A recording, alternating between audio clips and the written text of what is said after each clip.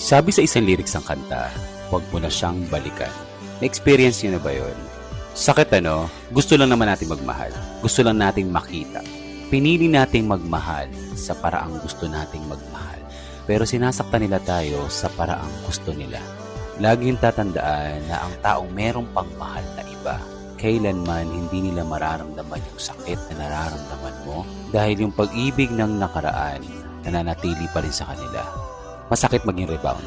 Masakit na ikaw lang yung nagmamahal. Masakit na naikiusap ka na ikaw na lang ang piliin dahil alam mo yung pagmamahal na ibibigay mo ay totoo.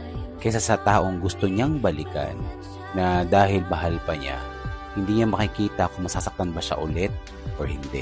Kung hindi natin sila kayang piliin, palayain ng taong umaasang mamahalin din. Para sa dulo, hindi nila kailangan makiusap na wag mo na siyang balikan.